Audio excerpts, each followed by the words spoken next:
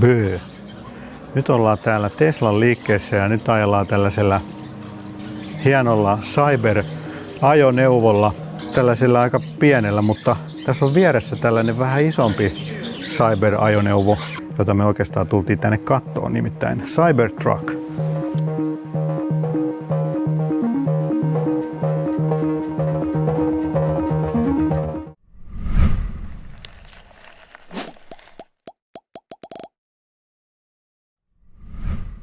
Hei! Electric Weekend 2-4. päivä elokuuta voi koskella Suomen hauskin ja paras sähköautotapahtuma. Katso lisätietoja Facebook-sivuiltamme. Electric Weekend. Vakuutukset kesäautoille, käyttöautoille, lapsille, kodille ja kaikille muulle tärkeälle osoitteesta pohjantähti.fi/Keski-Suomi. No niin, tämähän on aika massiivisen näköinen ja nyt tää on siis ihan siinä matalimmassa asennossa, eli tää on laskettu. Tässä on ilmajousitus, tämä on laskettu niin alas kuin tämä nyt menee. Tämähän on melkein jopa virtaviivaisen näköinen nyt kun katsoo tästä kulmasta. Rengaskokohan on ihan valtava. Tähän autoon on ihan niin kuin suunniteltu nämä renkaat, tietenkin vanteet myöskin. Mikä tämä koko nyt sitten oli? Tuolla se on. Että vaikka tämä on iso auto, niin renkaat näyttää kyllä tässä aika pieneltä. Ja edessähän on tämmönen valobaari, niin kuin päivän valo, ajovalot ja sitten täällä puskurin välissä on sitten nuo pitkät ja varmaan myös sitten hämärällä tulee sieltä vähän lisää valoa. Siellä on vähän vetokoukkuja, siellä on joku kamera ja tää on muovia tää puskuri, vaikka näyttää ihan tällaiset alumiinilta. Ja tuulilasi on kyllä valtava ja tietysti myös maailman suurin tuulilasin pyyhkiä henkilöautoissa. Yksi pyyhkiä koko tuulilasi. Ja täältä löytyy sitten lisätilaa, jos mä osaan avata tän. Miten tää aukesi? Puristet. Pitää painaa eteenpäin sieltä alhaalta. Eteenpäin. Tästä kohtaa. Okei, no kokeillaan uudestaan. Siellä on sellainen pehmeämpi kumi, Noniin. niin siitä kun painat eteenpäin.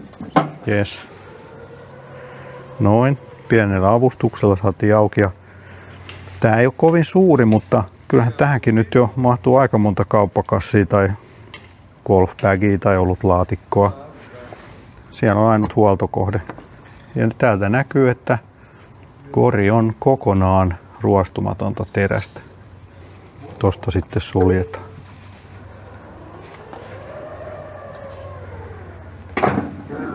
Ja näitä on nyt sitten aina valiteltu, että nämä on huonosti istuvia nämä paneelit, mutta ainakin tässä yksilössä niin on kyllä tosi hyvät nämä saumat. Et mä en ainakaan näe tässä mitään sellaista huonoa saumaa. Okei, nämä etukulmat on aika terävät täällä. Toi kohta on aika terävä, ettei haluaisi kyllä henkilönä, jalankulkijana törmätä tähän nurkkaan. Siihen varmaan jotain joutuisi tekemään, jos sitä tänne Eurooppaan tuotaisiin. Ja tää on siis ihan 5-paikkainen. Tästä päästään etupenkille. Täällä on hyvin pelkistetty niin kuin Tesloissa yleensäkin tää sisusta. Mutta on todella hyvin tätä tilaa täällä jaloissa, että tuohon keskellekin kyllä mahtuu isompikin laukku. Mitäs tää näyttää sitten tää meidän infotainmentti täällä. Täällähän on vaikka mitä. Ihan valtavasti näitä valikoita. Tästä voi nostaa myös tätä, alkoiko auto nousemaan.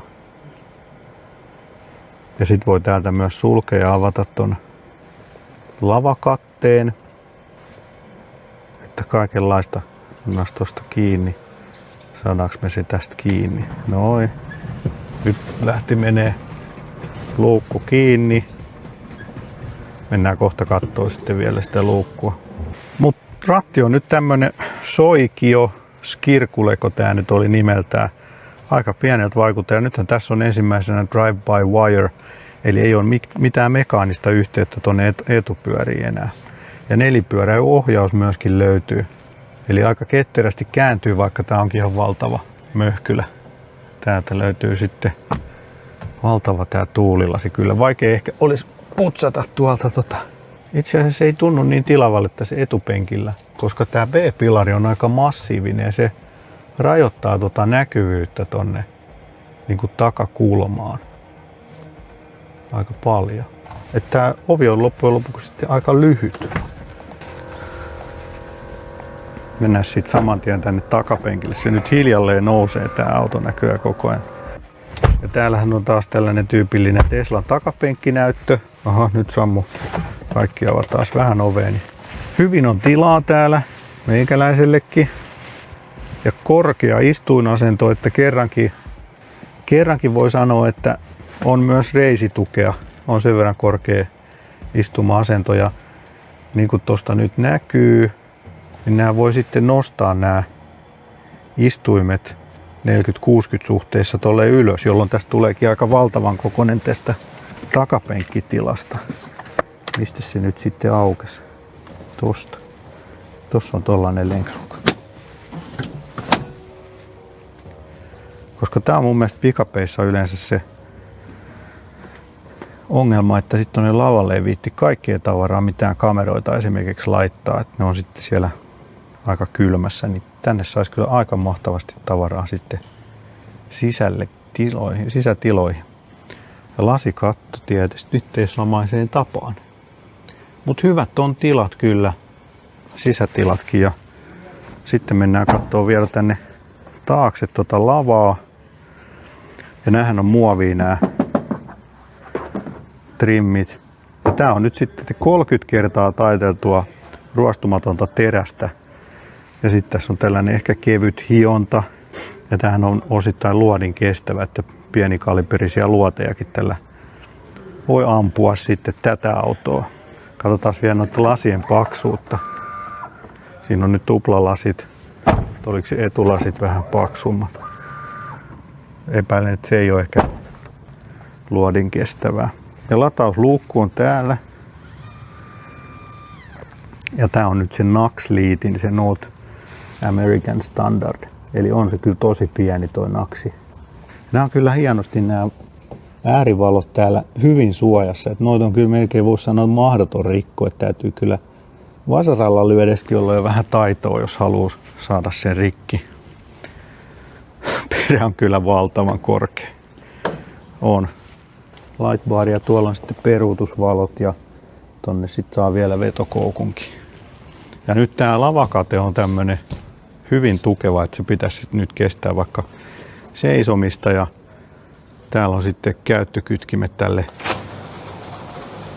lavakatteelle. Ja sitten tosta aukeaa myös tää takalaita. Täällä on aika hyvin tilaa. Tää taisi olla jonkun 1,8 metriä pitkä ja olisiko 1,6 leveä. Ja hyvin on kiinnityspisteitä. Tää on tällainen säädettävä rima. Sitten on vielä tuossa lattiassa. Tää kulmissa on vielä sivuillakin. Ja sitten täältä löytyy tää V2L. Eli siellä on pari yksivaiheista ja yksi kolmivaiheinen pistorasia. Nyt amerikkalaisia tosin.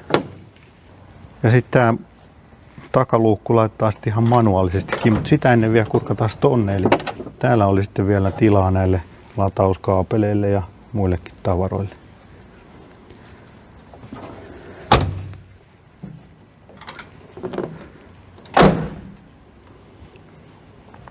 Ja tässä on sitten kiinnikkeitä kattotelineille. Tähän sai myös semmoisen kattoteltan, pyörätelineitä. Tää on kyllä aika valtavan kokoinen. Taas luukku kiinni.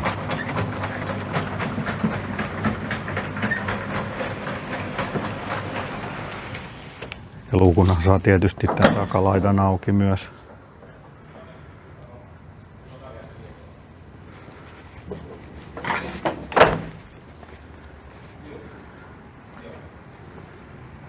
Ja nyt tää on sitten tässä korkeimmassa asennossa, eli ilmajouset on nyt sitten ihan säädetty ylimpään asentoon.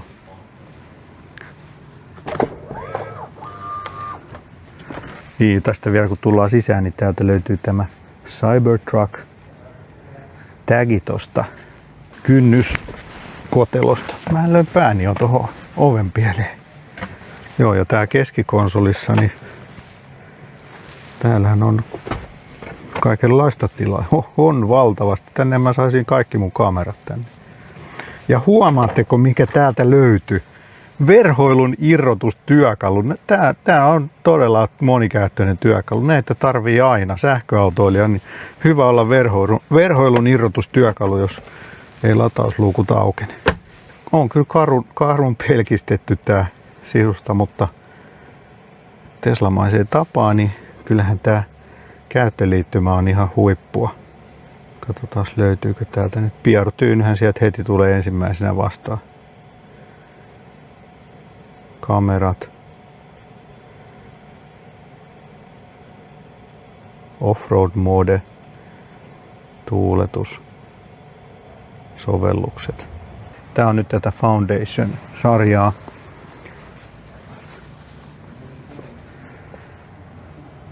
Siellä näkyy valusaranat.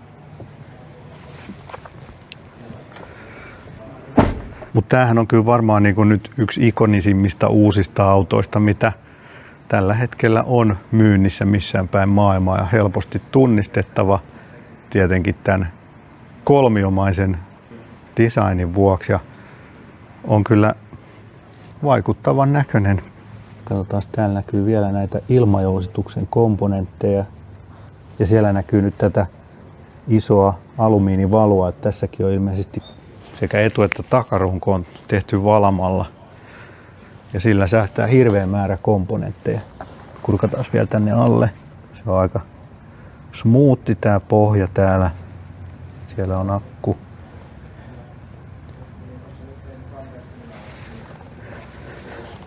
Ja ihan hyvin on kyllä tuota maavaraa, että nyt se on korkeimmillaan, niin siinä on varmaan 30 senttiä ainakin Mut hei, tää oli nyt tämmönen nopea Cybertruck-vilkaisu ja tähän kiertelee nyt tässä Suomessa, niin voitte itsekin käydä toteamassa tän, että miltä se näyttää livenä ja varmaan vielä kun se tulee tuonne 3 sepän patsalle, niin se on hyvä paikka muutenkin sitten vähän verrata, että miltä se oikeasti näyttää niin kuin siellä liikenteessä ja ihmisten seassa. Et nyt tää on täällä showroomissa yksinään, niin tästä on ehkä vähän vaikea saada nyt sitten semmoista, miltä se näyttäisi niin kuin sitten oikeasti liikenteessä. Mutta aika massiivinen tuote ja hienoa, että tää on päässyt Suomeenkin käymään ja kannattaa nyt käydä ihmettelemässä tätä vehettä. Näitä ei kovin usein täällä käy. Eikä nämä jäänyt nämä Tesla-uutuudet tähän. Meillä on täällä uusi Performance 3 sekä myös täällä tämmönen Optimus-robotti, jota nyt sitten tullaan tai jo käytetäänkin siellä Teslan tehtailla tällaisten yksinkertaisten esimerkiksi laatikoiden nostamistehtäviin. Ja tää on selvästikin teksasilainen kaveri. En tiedä onko sukua Chuck Norrikselle. En mä kyllä alkaisi tälle kettuilemaan, nimittäin vaikka ei ole nyt kauhean iso haukkari, niin näyttää kuitenkin aika kovalle. Ja tää käyttää nyt sit samoja tekoälyjuttuja kuin noissa itsestään ajavissa autoissakin, eli siellä pyörii varmaan samat prosessorit ja paljon on sieltä automaailmastakin tuotu sitten tähän mukaan. No sitten tää Perfi, joka nyt on ihan ensimmäisiä Suomeen tulleita ja tässä ei niinku päälle päin ole kovin suuria muutoksia, että ehkä nuo vanteet on se ensimmäinen, mistä tämän voi tunnistaa ja nyt edessä on vähän eri levyiset renkaat, että takana on, tämä rengaskoko oli tuolla 275 20 tuumaa. Eli se on nyt ehkä se eka, mistä huomaa. Sitten myöskin tuo etusplitteri on vähän erilainen kuin long rangeissa. Etupuskurissa on vähän lisää tuollaisia ilma-aukkoja ja ilmanohjaamia jarruille. Ja sitten takana on taas sitten tämä takaspoileri, niin siinä on tällaiset pienet muutokset näissä takakulmissa. Ja myös toi takasplitteri on sitten erilainen. Ja tietysti tämä Ludicrous Badge, joka nyt sitten ei ole siis Plaid Badge, vaan tähän ihan suunniteltu noin. Se on muuten vähän tollanen kohokuvioinenkin Ja sitten sisustassa löytyy uudet penkit. Näitä on nimittäin kyllä kaivattukin, näitä penkkejä. Kunnon sivutuki. Käydään ihan koeistumassa. On kyllä hyvän tuntunen sivutuki nyt tässä. Enää ei varmaan voi valittaa siitä.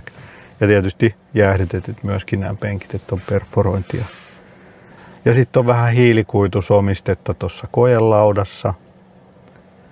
Siinä varmaan onkin ne suurimmat erot tässä perfissä. Ja noissa penkin selkänojissa on vielä ludicrous-kuviointia. Niin, sitten täältä löytyy vielä täältä perfin valikoista tämä uusi track-modeeli, dynamiikka valikosta mukauta. Niin täältä voi sitten säätää ihan sellaiset asetukset, eli tasapainoa ajettavuuden, niin onko aliohjautuva vai yliohjautuva. Eli tämä varmaan muuttuu aika etuvetoiseksi tuossa ja sitten takavetoinen tuolla. Ajonvakautukset voi poistaa, regeniä voi säätää ja lisätä jäähdytystä sitten tuon ajon jälkeen. Täällä on myös tällaisia valmiita drift- ja kisa-asetus. Mutta tää oli nyt tällainen nopea vilkaisu sitten Cybertruckiin ja uuteen Model 3 Performanceen ja tietysti myöskin tuohon Optimukseen. Ja käydä kommentoimassa, että miltä Cybertruck näyttää. Voisiko siinä olla sulle auto, jos noita joskus Suomeen tulee. Hinnat on Amerikassa tosi kohtuulliset. Se oli jotain 70 tonnia se takavetoversio ja sitten siitä ylöspäin. Eli arvio on, että sitten 25-30% kalliimpia on Suomessa tai Euroopassa, jos ne joskus tulee. Ja Englanti on tulossa sitten ensimmäisenä, koska heidän lainsäädäntö vähän nopeammin nyt sitten pääsee mukaan näihin muutoksiin, kun eivät ole enää EU:ssa mukana. Että varmaan sitten alle 100 000 voisi olla se halvin versio täällä Suomessa tai Euroopassa, jos ne joskus tänne saadaan. Mutta kyllä mä luulen, että tuossa joudutaan aika paljon tekemään muutoksia tuohon keulaan, jotta se olisi kolariturvallinen ihmisille. Ja myöskin tietysti nämä painot on aika kovat, että tässä vaadittaisiin nyt C1-kortti, jos saisi Suomessa ajaa. Se paino menee niin kovaksi. Tuossa on hirmuinen kantavuus. Myöskin tietysti vetomassa on aika hyvä, että sillä oli melkein 5000 kiloa toi vetomassa Cybertruckissa. Ja kantavuuttakin oli kyllä, olikohan siellä melkein 2000 kiloa, no 1500 kiloa ainakin, eli ihan tonne lavallekin saa heittää ihan huolella tavaraa. Mutta käy kommentoimassa, mitä tykkäsit Cybertruckista ja palataan sitten seuraavalla videolla. Bye bye!